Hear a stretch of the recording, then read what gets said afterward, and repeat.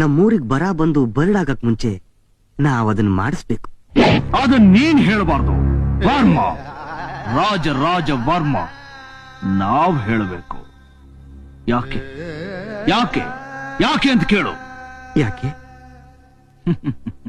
ಶಿವಪುರಾಣ ಬರದ ಬೆಂಕಿಯಿಂದ ಕಾಪಾಡೋದಕ್ಕಾಗಿ ವಿಗ್ರಹದ ಕೆಳಗಡೆ ಶಾಸನ ಫಲಕದಲ್ಲಿ ನಮ್ಮ ಹೆಸರು ಮತ್ತು ರೂಪವನ್ನು ಕೆತ್ತಬೇಕು. ಅದಕ್ಕೆ ಅದಕ್ಕೆ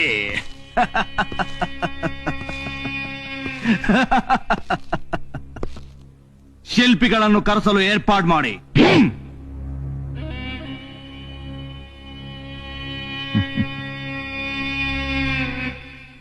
ರಾಮ್ಜಿ, ನಿನ್ನ ಮಗಳು ಚೆಲುವಿ ಚೆನ್ನಾಗಿದ್ದಾಳ?